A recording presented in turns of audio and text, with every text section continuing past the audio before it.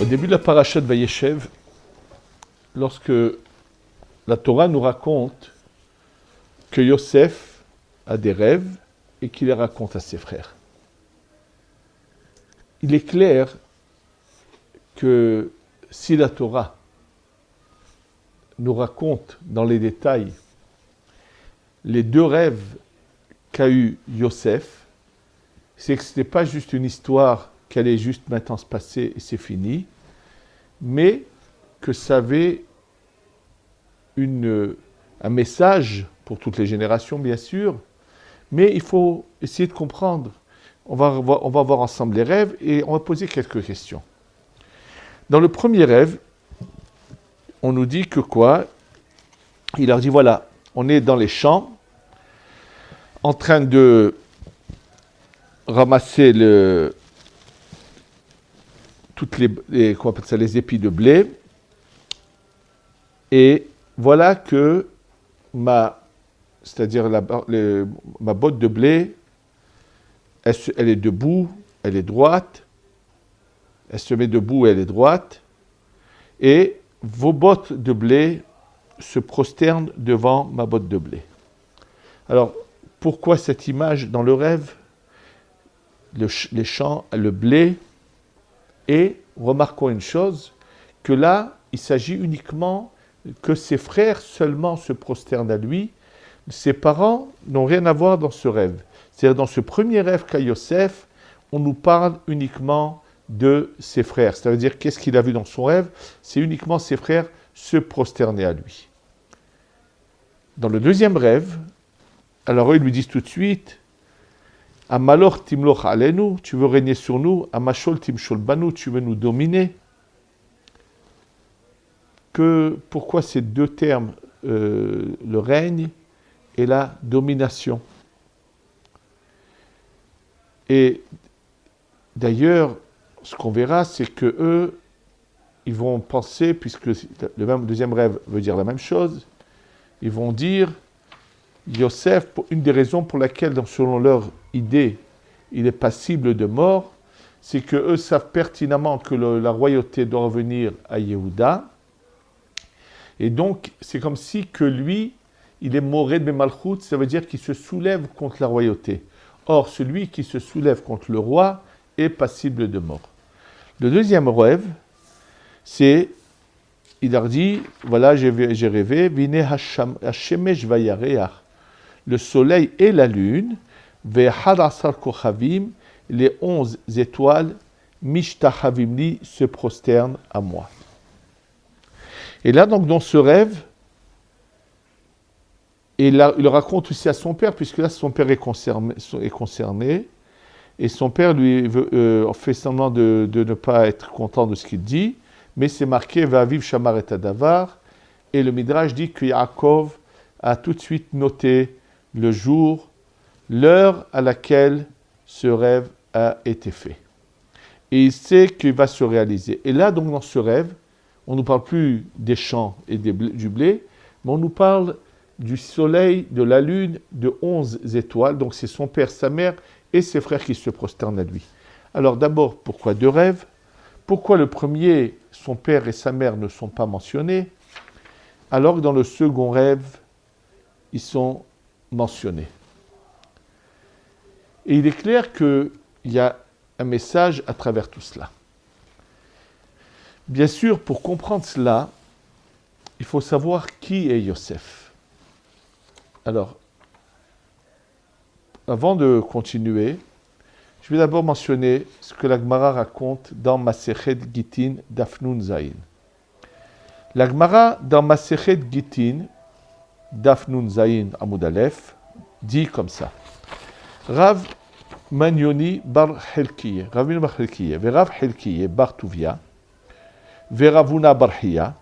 Donc il y a trois rabbanim. Havuyatve Gabe Hadade étaient assis les trois ensemble. Et ils se mettent à dire Ika de Shamiale Milta Mikfar Sachnia Shel Mitzraim. Est-ce que quelqu'un pourrait nous raconter quelque chose qui se serait passé dans une région en Égypte dans laquelle, pendant un bon moment, pendant l'exil, malheureusement, une bonne partie des Juifs ont été emprisonnés là-bas, ont vécu là-bas.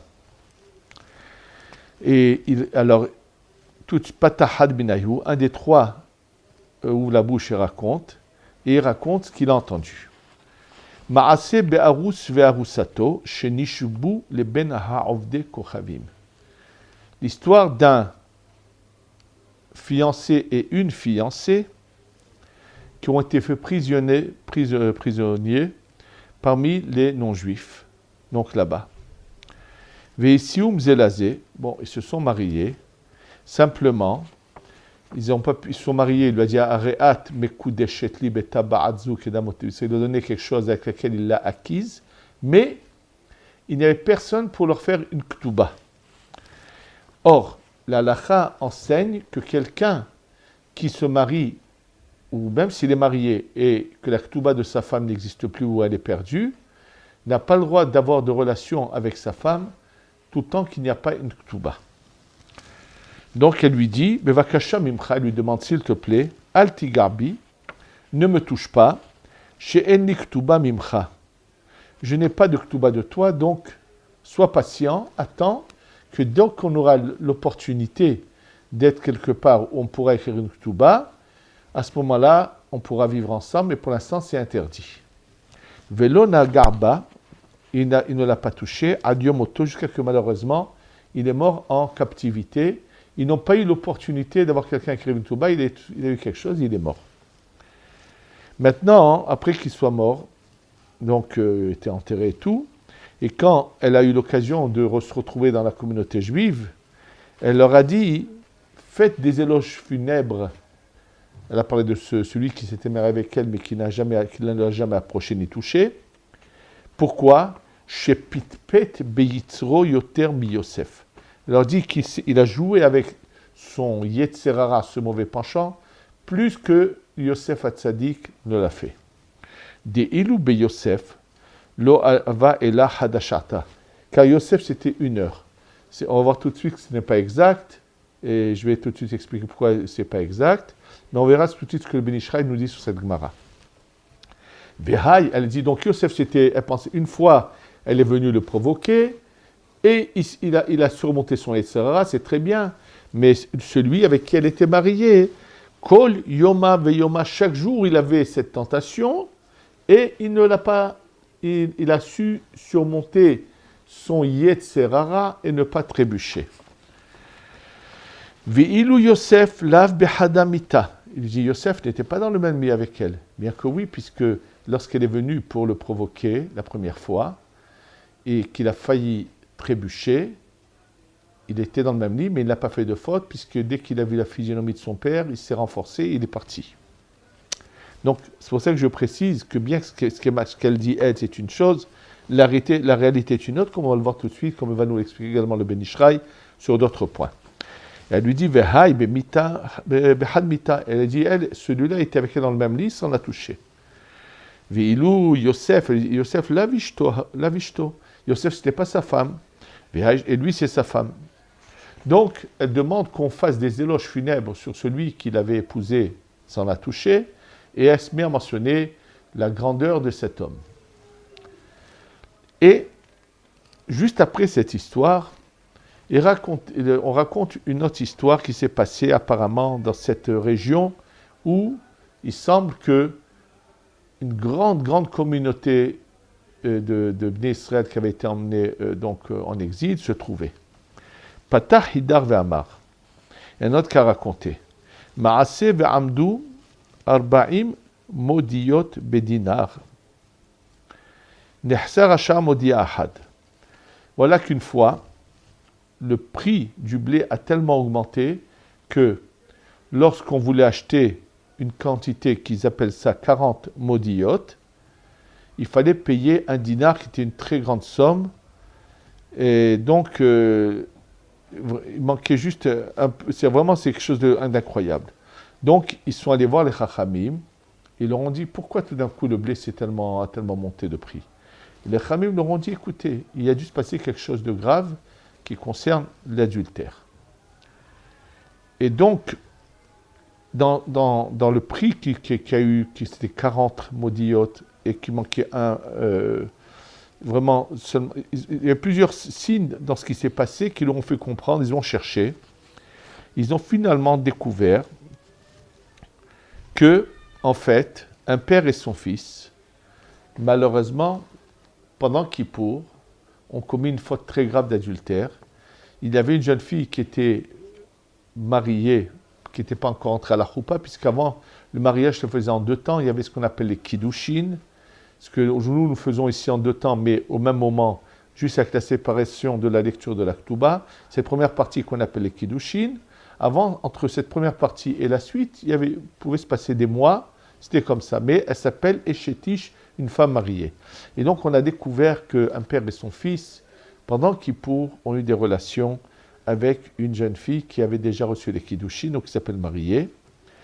Et c'est marqué qu'on les a emmenés au Bédine, Vehivium le Bédine, et donc ils ont été emmenés au Bédine, Vesakloum, et ils ont été lapidés. Vehazar Hachar, tout de suite, le prix du blé est retombé, il était donc accessible à tous. Il y a encore d'autres histoires, mais j'ai pris ces 2 histoires qui se suivent dans la Gemara pour qu'on comprenne bien ce que ça veut dire. Alors le Ben Ish Chai nous dit tout de suite que lorsque il dit Uma Shamra Yoter mi Yosef, est-ce qu'elle dit elle leur dit attention, il était plus grand que Yosef, elle dit les arbot shvaho nitkavna, pour agrandir la louange qu'elle dit sur cet homme avec qui elle était mariée, elle a pensé. Devadai en les edimion et minyan Yosef atzadik. Dit le Ben Ish Chai, c'est clair qu'il n'y a aucune comparaison avec Yosef atzadik, parce que ce qu'elle a dit, c'est pas vrai, il n'y a aucune comparaison. Pourquoi? Des hatam,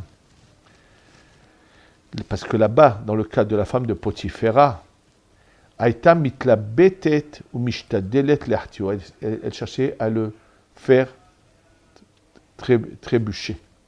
Constamment, elle était là à le provoquer. Et Velkan Adraba, mais ici, c'est tout à fait l'inverse. Ici, au contraire, cette femme lui dit à son mari, tu ne me touches pas tout le temps que je n'ai pas de Ktuba. Là-bas, la femme de Potiphera essaye au contraire de prendre Yosef. Et ce que je voudrais vous rajouter, c'est que dans le Midrash, il est mentionné que même lorsqu'elle n'a pas réussi la première fois, et donc ensuite il a été mis en prison, elle venait en prison le voir, et lui baissait la tête, ne voulait pas la regarder, et elle prenait un morceau de fer qu'elle lui appuyait sur la gorge, et donc ça l'étouffait, il fallait qu'il lève la tête, parce que sinon elle faisait exprès pour l'obliger à lever la tête, elle le regardait, et il faut savoir qu'elle avait constamment, c'était pas le jour, elle s'habillait constamment différemment, elle faisait de tout, c'est-à-dire ça a duré longtemps cette provocation, et il n'a jamais trébuché quand même. Donc c'est tout. Donc ce que dit le Ben Ish Chai, juste que là-bas elle essayait, c'était constamment, et donc c'est pas comme ce qu'elle a dit cette femme. Deuxièmement, il dit ensuite, il dit le Ben Ish Chai, il dit ici, ils espèrent qu'à tout moment ils soient rachetés soient délivrés de leur emprisonnement. Et il sait que donc incessamment, pour lui, quelque chose qui va bientôt se passer. Il sait que bientôt il va la voir cette femme, parce que pour lui c'était clair qu'on va bientôt les racheter, ils vont écrire une touba, tout se passera bien. Donc il peut attendre un peu. Tandis que Yosef, il n'y a aucune possibilité, elle sera toujours interdite à lui. Plus quelqu'un est grand, plus le Yetzirah est grand. Et ensuite, il dit le Ben Ish Chai, sache que le Yetzirah qui a combattu Yosef était énorme. Des kocho Kaloul Mikol Aklipot Kulam. Sa force était de toutes les forces du mal. Pourquoi? Parce que s'ils avaient réussi à faire tomber Yosef, nous dit le Ben Ish Chai, ce qui est marqué dans la Kabbalah, le monde se serait arrêté d'exister. Le monde sur le champ se serait arrêté. Ça aurait été la fin de ce cycle qui doit finir à 6000 ans, se serait arrêté à ce moment-là, ça aurait été la fin totale. Pourquoi ça aurait été la fin? Et donc, pour comprendre, et on va revenir à cette Gemara et la comprendre pour en répondre à tout cela, ce qu'il faut savoir, c'est qu'il y a 4 mondes. Le monde principal, c'est ce qu'on appelle le monde de la Hatzilut. C'est de lui que toute la direction, du monde, dans ce bas monde dans lequel nous sommes, tout vient, la lumière divine passe à travers le monde de la Hatzilut, qui est le lieu où la lumière divine se révèle et va gérer tous les mondes du dessous jusqu'à notre monde. Les mondes au-dessous de la Hatzilut sont, celui qui est juste au-dessous de la Hatzilut, c'est le monde de la Bria. Au-dessous de lui, nous avons le monde de la Yetzira. Au-dessous de lui, nous avons le monde de la Asiya. Et nous sommes à la toute fin du monde de la Asiya. C'est-à-dire que tout ce qui nous concerne, l'environnement, des astres et tout ça se trouve dans le contexte du monde de la Asiya. Au-dessus de ce monde de la Asiya, il y a la Yetzira, au-dessus de lui la Bria, et le monde de la Hatzilut. Le monde de la Hatzilut se partage en différents niveaux. Le niveau le plus élevé, bien sûr, c'est celui qu'on appelle le Keter. Keter qui voudrait dire couronne, mais c'est la première sphéra des sphérotes qui se trouve dans le monde de la Hatzilut. C'est par ce Keter que la lumière divine pénètre le monde, se revêtit du Keter. La lumière divine se revêtit du Keter pour amoindrir cette lumière, qu'elle soit supportable. Cette lumière va descendre à la Chochma et la Bina, qu'on représenterait par le Yud et le He du nom de Dieu. Et ensuite, elle va descendre au niveau plus bas qu'on appellerait le Vav. Mais ce Vav-là, de Shema Vaya, est composé lui-même de 10 sphirotes. Et il a énormément de lumière en lui. Et dans ces 10 sphirotes en question, il faut savoir que l'âme de Yaakov est représentée par ce qu'on appellerait la Tiferet. C'est le buste de cette sphira. Donc, la Tiferet du Vav, le Vav qui a 10 sphirotes, la Tiferet du Vav, c'est Yaakov. Alors qu'Abraham et Yitzhak sont représentés par le Chesed et la Gvura, la droite et la gauche du Vav en question. Même dans le Vav lui-même, quand je dis qu'il a 10 sphirotes, il a des sphirotes masculines, 10 sphirotes féminines. Et en fait, Yaakov, lui, appartient à la Tiferet, mais qui est masculine, alors que Avraham et Yitzhak, ce sont le Chesed et Gvura plutôt du côté féminin. Et le seul de toutes les tribus qui a un lien avec le Vav, avec cette lumière qu'on appelle d'une manière générale Tiferet, mais qui se redécompose en 10 sphirotes. Et donc, c'est pour ça que j'ai dit que Yaakov serait la Tiferet de la Tiferet. Le seul qui a un lien à cela, c'est Yosef. Yosef, lui, représente le sexe masculin qu'on appelle le Yesod. Par contre, ses frères, tous ses frères, eux, sont représentés, leur lumière vient d'un niveau qui est plus bas dans la Hatzilut, qui est la Malchut, le dernier He du nom de Dieu, la Malchut. Et donc, et dans la Malchut, il y a aussi 10 sphirotes. Et Yehuda est Malchut Sheba Malchut, c'est pour ça que c'est lui qui devient roi. Malchut qui veut dire la royauté. Et c'est de ce luminaire qu'on appelle la Malchut, le He, le dernier lettre du nom de Dieu, que descend la lumière vers les autres mondes. Et bien sûr, dans les autres mondes, il y a énormément de niveaux. Et chacun de nous, sa neshama, a un lien avec un des mondes et à un niveau bien sûr bien inférieur à tout cela. Donc en fait, Yosef est au-dessus de ses frères. Et là, l'erreur qu'ont commis ses frères, c'est qu'eux pensaient que Yosef représentait le Yesod. Ils savaient que c'était le Yesod, mais eux, pour eux, c'était le Yesod du He, du niveau qu'on appelle Malchut, du dernier niveau de la Hatzilut. Donc, il est encore plus bas qu'eux, puisque eux, sauf de Juda, mais eux sont dans les différents membres de la Malchut, leurs âmes. Donc, pour eux, il n'est pas au-dessus d'eux. C'était ça leur erreur. Donc, pour eux, de quel droit il serait supérieur? Quand on pense à tout cela, on va commencer à essayer d'analyser les rêves et de les comprendre. En fait, Yosef, dans son premier rêve, d'abord, avant de continuer à expliquer les rêves, on va d'abord dire quelque chose. Ce qu'il faut savoir aussi, c'est que le Yesod, donc masculin de la Tiferet qui est Yosef, le Harizal nous explique quelle est la particularité qu'a cette sphira qui s'appelle le Yesod. Pour comprendre cette particularité, je vais d'abord mentionner autre chose qu'a dit le Harizal. Le Harizal nous explique qu'en fait, nous étions tous dans Adam Arishon, on était tous liés à l'âme globale de Adam Arishon, et l'âme globale de Adam Arishon est à l'image de son corps, et donc il y a différents niveaux. Et nous, dans notre génération, nous sommes vraiment dans le bas du corps d'Adam Arishon. Et là, le Harizal de nous dire que ceux qui sont dans les mains de Adam Arishon, même s'ils viennent dans une génération bien plus tardive que les générations d'avant, ils peuvent réussir à monter très haut et arriver à dépasser les générations d'avant, de la même manière que les mains peuvent monter plus haut que la tête. Donc tous ceux qui sont dans les bras, on va dire, peuvent arriver très haut, étant donné que de la même manière que les mains peuvent monter et descendre. Pour comprendre cette image, le Harizal, lorsqu'il habitait à Tzfat, il allait des fois pèleriner des tzadikim enterrés là-bas, et en passant par le cimetière de Tzfat, il était avec Rabbi Chaim Vital.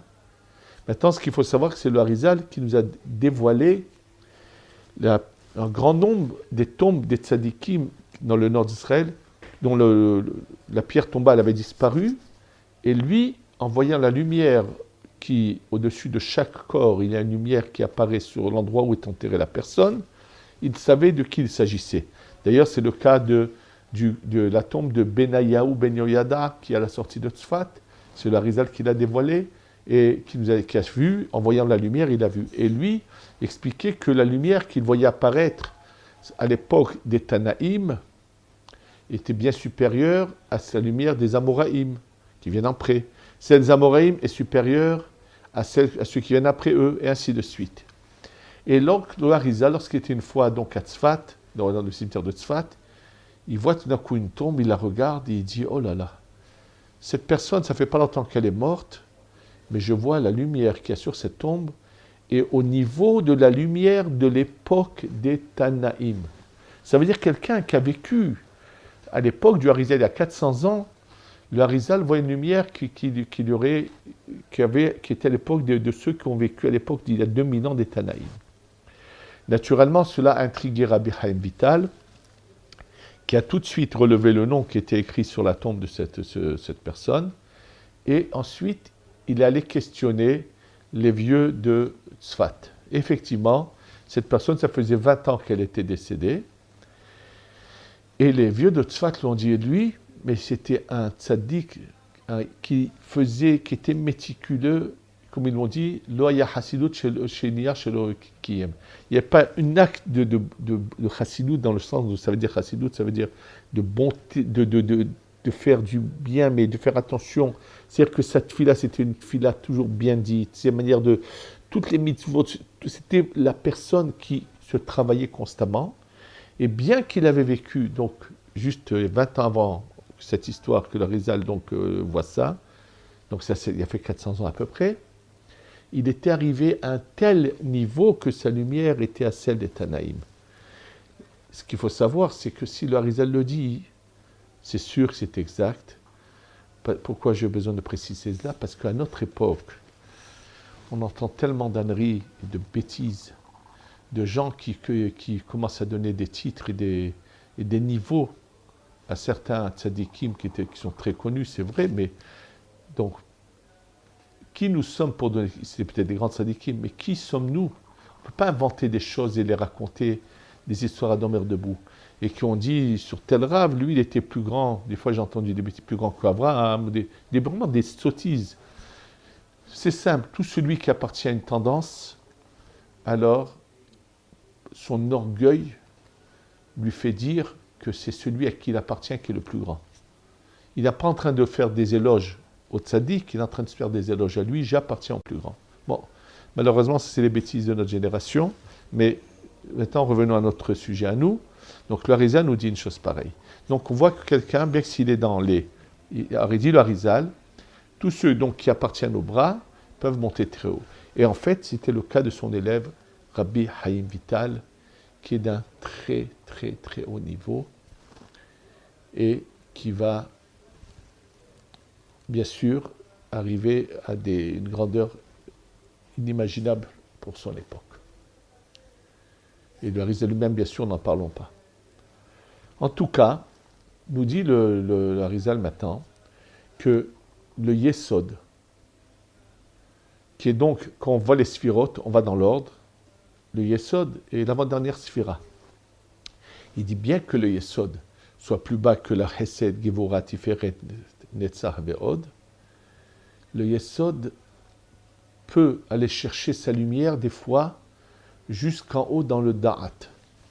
C'est-à-dire que lorsque ce qui est véhiculé par le Yesod, c'est une lumière qui est partie le Yesod, c'est-à-dire quand on parle du Yesod, on ne parle pas du gouffre, du membre en chair et en os, on parle de la lumière qui se trouve à l'intérieur, qui peut monter jusqu'à la tête, jusqu'au Da'at, pour chercher de la lumière. Cette image, nous la retrouvons à Sukkot, dans ce mouvement du Lulav que nous faisons monter vers le haut et qu'on redescend et qui doit toucher le buste. En fait, le Lulav, comme je l'avais donné, je pense expliqué dans un des cours, est comparé au Yesod, il est comparé à la colonne vertébrale, il est comparé au Da'at, tout est exact. En fait, ce mouvement, c'est de montrer que le Yesod va monter très haut et il va faire descendre de la lumière pour tous. Donc, il y a le Yesod quand il est en bas, le Yesod quand il est en haut.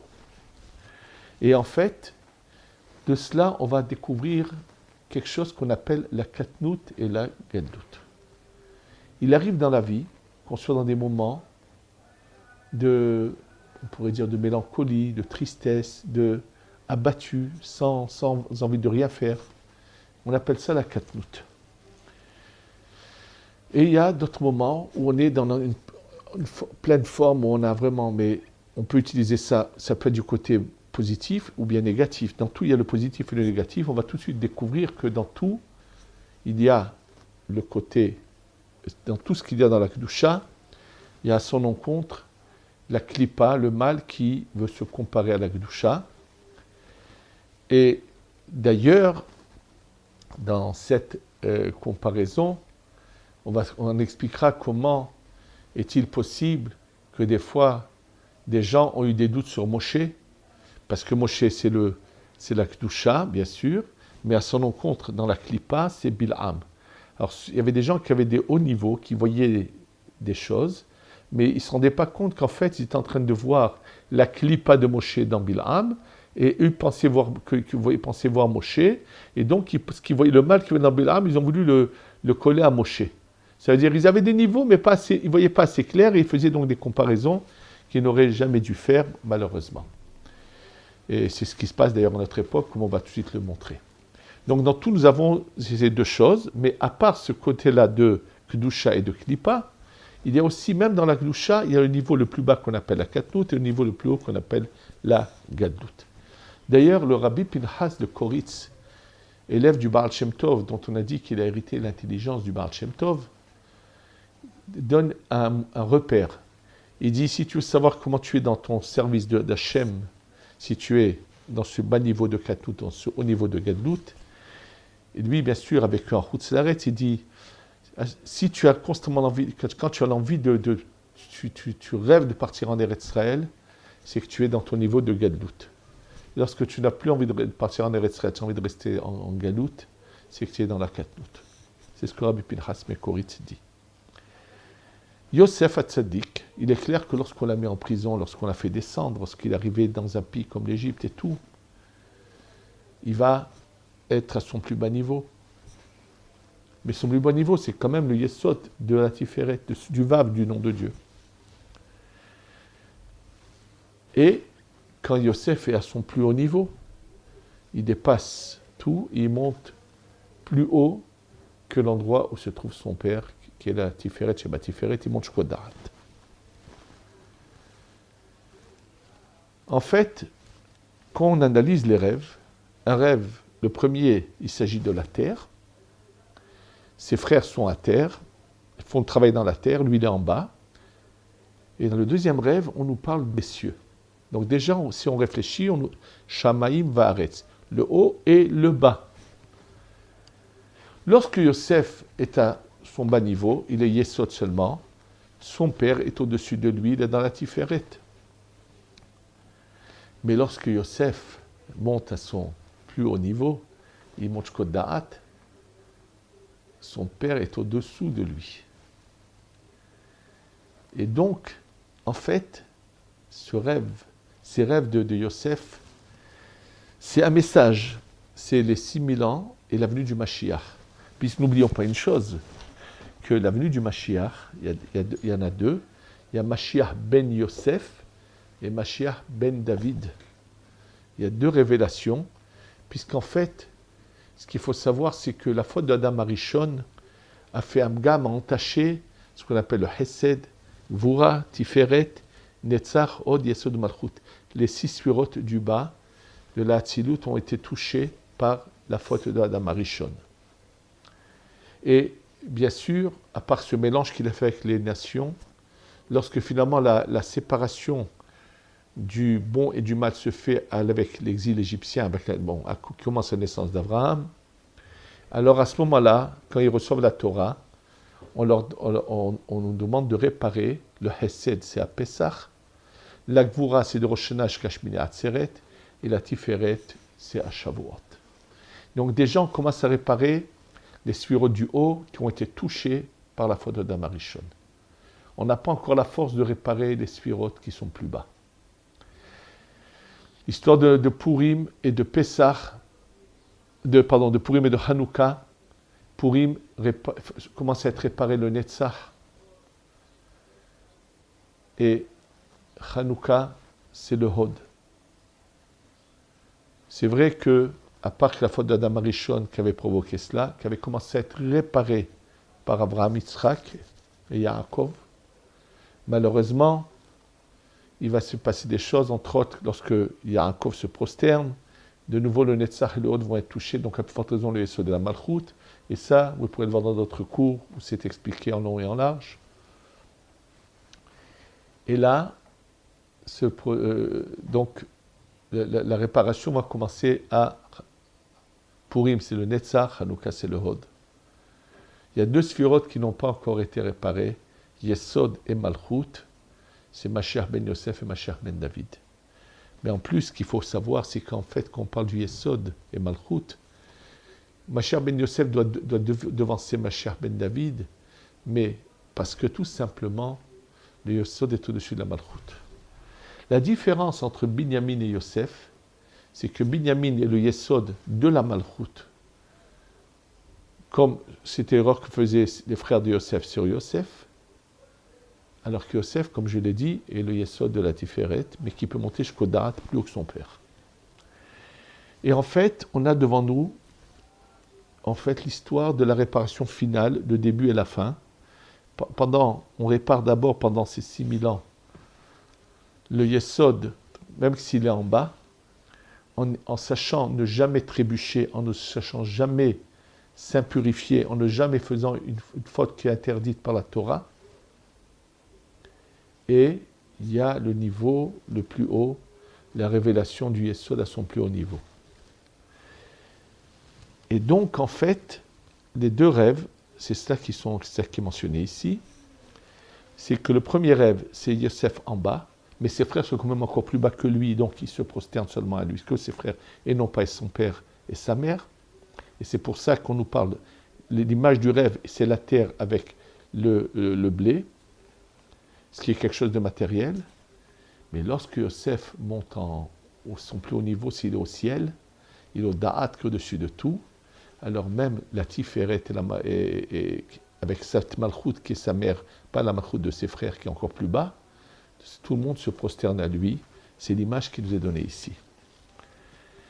Et comme Yosef représente le Yesod de la Malchut, si une des sphiras de la Malchut tombe dans la Sitra Achara, tombe dans le mal, le monde se détruit et on retourne à cette période qui a précédé le monde qu'on appelle le Olam HaTohu. Et en fait, il faut savoir, cette période qu'on appelle le Olam HaTohu, qui est la période qui précède le Bereshit qui est marqué dans la Torah, dans le monde du Tohu, les forces du mal règnent et dominent. Et c'est la raison pour laquelle les forces du mal font de tout pour essayer de ramener de nouveau le monde en arrière, où il dominait.